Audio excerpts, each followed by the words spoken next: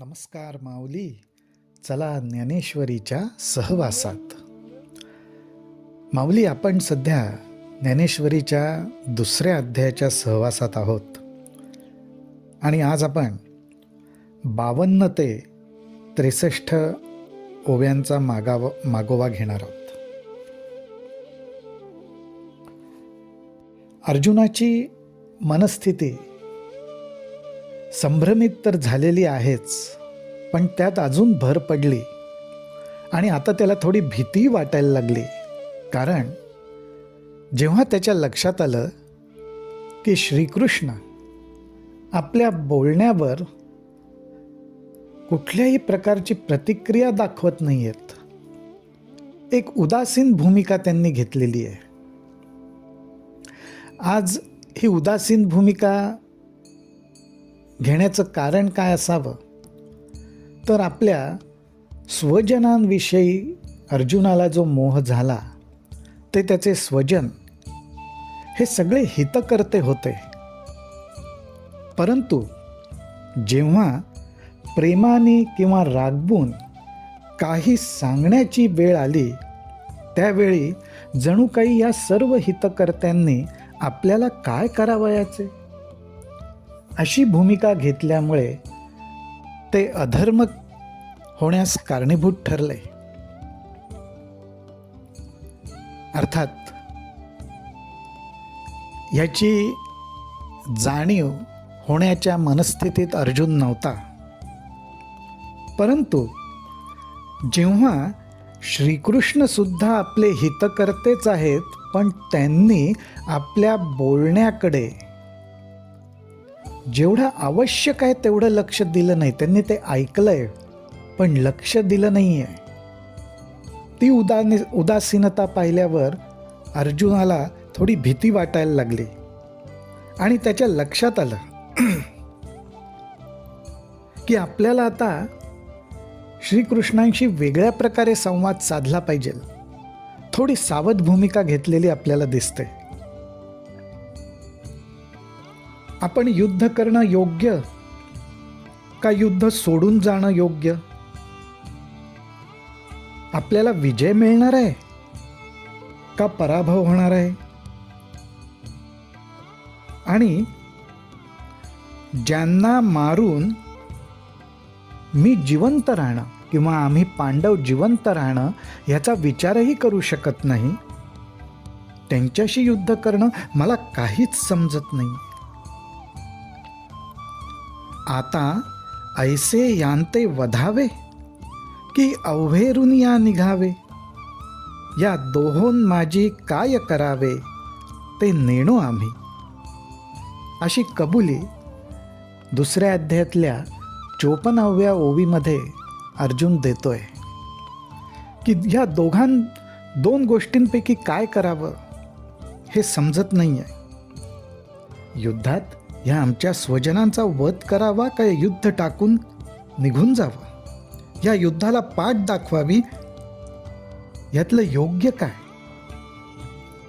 माऊली, आपल्या एक गोष्ट लक्षात येईल. योग्य काय अयोग्य काय ह्या गोष्टी मांडताना अर्जुनाने युद्धाला पाठ दाखवण्याचा सुद्धा पर्याय श्रीकृष्णांसमोर ठेवलेला आहे. तोही विचाराधीन आहे असं आपल्याला दिसतं. आणि अर्थात आपण आपल्या मनामध्ये नक्की हे समजू शकतो की श्रीकृष्ण युद्धाला पाठ दाखव असं कधीच म्हणणार नाहीत. युद्ध टाळण्याचा ज्यांनी परोपरी प्रयत्न केला, शांतिदूत बनून गेले, ते आता ह्या क्षणी अर्जुनाला तू युद्धाला पाठ दाखव असा सल्ला कसा देतील बरं? असो, परंतु अर्जुन आता सावधगिरीच्या भूमिकेत गेलेला आहे आणि तो हे मान्य करतोय की आपल्या लोकांच्या, नातेवाईकांच्या, स्वजनांच्या मोहाने, प्रेमाने अंतःकरणाला विळखा घातल्यामुळे मी दीन दुर्बळ झालो आणि माझा क्षात्र स्वभाव लढण्याचा, प्रतिकार करण्याचा, आपल्या अधिकारासाठी, न्यायासाठी शत्रूचा पाडाव करण्याचा माझा स्वभावच नाहीसा झाला. मला धर्म अधर्म कळेनासं झालं. आणि तो कबुली देतो, आम्हा काय उचित ते पाहता न स्फुरे येथ, जे मोहे येणे चित्त व्याकुळ माझे. माऊली, ह्या ठिकाणी ज्ञानोबारायांनी सुद्धा मानसशास्त्राला धरून एक अत्यंत महत्त्वाचं तत्त्व मांडलेलं आहे. ते म्हणजे असं की जेव्हा कुठल्याही कारणाने आपलं चित्त व्याकुळ होतं ना, त्यावेळी आपल्याला योग्य काय आणि अयोग्य काय हा निर्णय व्यवस्थितपणे घेता येत नाही. व्याकुळ झालेल्या चित्ताच्या ठिकाणी हा निर्णय घेण्याची क्षमता राहत नाही. बुद्धीचं तेज नाहीसं होतं. आणि त्यासाठी जणू माऊली म्हणतायत, तिमिरा विरुद्ध जैसे दृष्टीचे तेज भ्रंशे, मग पासींच असता न दिसे वस्तू जात. तिमिर दोष म्हणजे काय, तर डोळे असून आंधळ्यासारखी अवस्था होते, असा हा दोष. आणि ह्या दोषामध्ये जवळची वस्तू सुद्धा नीट दिसत नाही. जवळ असून सुद्धा, डोळे उघडे असून सुद्धा दिसत नाही. कारण का, तर मन हे पूर्णपणे भ्रांतीने ग्रासलेलं असतं. त्यामुळे इंद्रियांमध्ये त्यांचं काम करण्याचं बळच राहत नाही. डोळे आहेत, उघडे आहेत, पण योग्य गोष्ट बघण्याची सामर्थ्यच त्यांच्या ठिकाणी राहत नाही. देवा तैसे मज जाहले, जे मन हे भ्रांती ग्रासिले, आता काय हित आपुले तेही नेणे. आणि इथे सर्वप्रथम अर्जुनाने या संवादात कबुली जबाब दिलेला आहे की श्रीकृष्णा, माझं मन भ्रांतीने ग्रासलंय. आता आम्ही योग्य ते काय करावं ते तू मला सांग. तरी श्रीकृष्णा, तुवा जाणावे निके ते आम्हा सांगावे, जे सखा सर्वस्व आघवे आम्हांसी तू. माऊली, आपण सुद्धा आपलं मन जेव्हा व्याकुळ होतं आणि आपल्या लक्षात येतं की अरे, ह्या भ्रांतीमुळे आता मी योग्य निर्णय घेऊ शकणार नाही, योग्य निर्णय घेण्याचं सामर्थ्य नाही, जो निर्णय घेईन तो योग्य असेल का नाही हे कळत नाही, काय करावं.